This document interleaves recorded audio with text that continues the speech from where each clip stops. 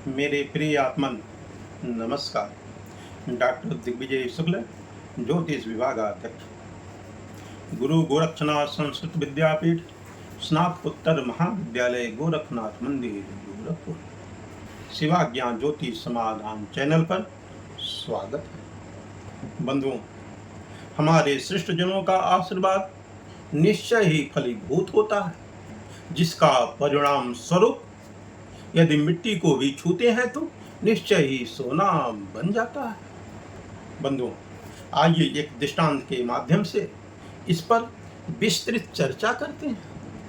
हमारे पूज्य पिताश्री का आशीर्वाद हमें क्या फल मिलता है। बंधुओं, एक व्यापारी के सत्य घटना पर आधारित एक दृष्टांत के माध्यम से आइए इस पर चर्चा करते हैं। बंधुओं, जब पूज्य पिताश्री का मृत्यु निकट आया तो अपने सुपुत्र प्रिय पुत्र धनपाल को बुला करके कहा कि बेटा, मेरे पास धन संपत्ति तो है नहीं जो तुम्हें विरासत में दूं, पर मैंने सच्चाई, सदाचार, सत्यनिष्ठ भावना से मैंने जीवन यापन किया है। इसलिए पुत्र, मैं तुम्हें आशीर्वाद देता हूँ कि जीवन में तुम सुखी रहोगे। इतना ही नहीं, बहुत ही आगे बढ़ोगे, नाम रोशन करोगे।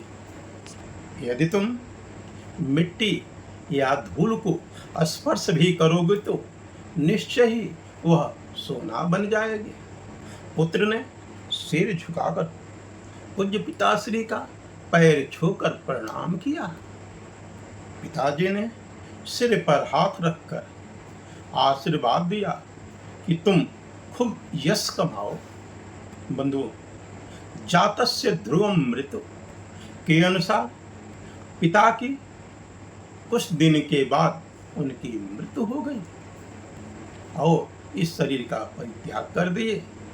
बंधुओं, इसके बाद सारी जिम्मेदारी पुत्र धनपाल पर आ गई।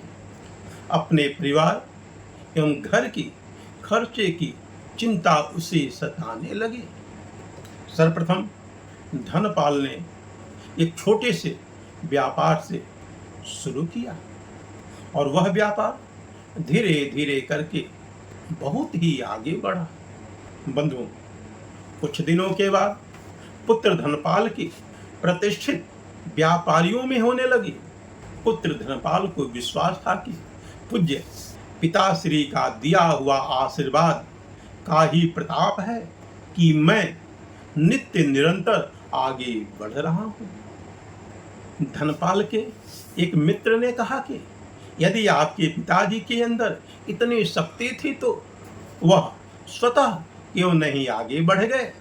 पुत्र ने मित्र से कहा कि उनके शक्ति पर नहीं बल्कि उनके आशीर्वाद पर हमें पूर्ण विश्वास है कि मैं नित्य निरंतर आगे बढ़ रहा हूँ।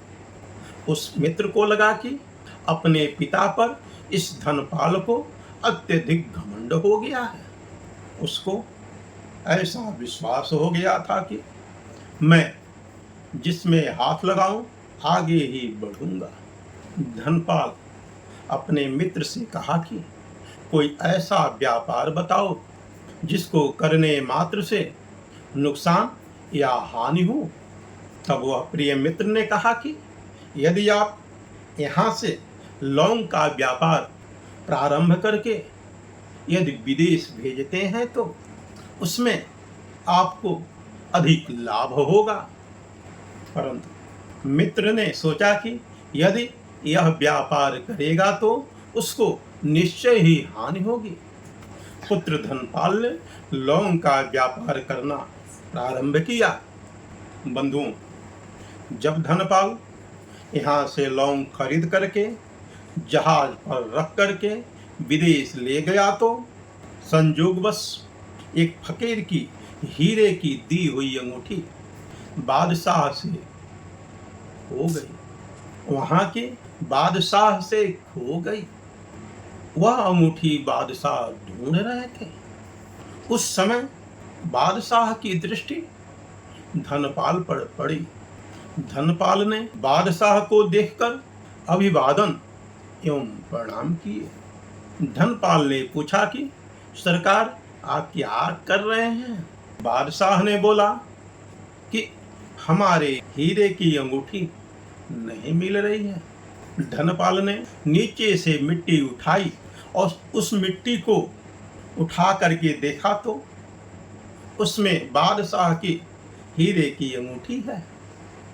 जिस अंगूठी को बादशाह खोज रहे थे। इस पर बादशाह ने बहुत प्रसन्न होकर उस पुत्र धनपाल को पुरस्कृत किए।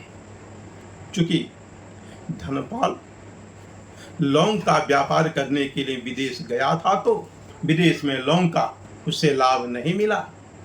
लेकिन भाग्ये दृष्टम सर्व सुखम करस्थम भाग्ये विनष्टम सकलम विनष्टम, अर्थात आपका भाग्य साथ देता है तो आपके सारे सुख आपके हाथ पर हैं।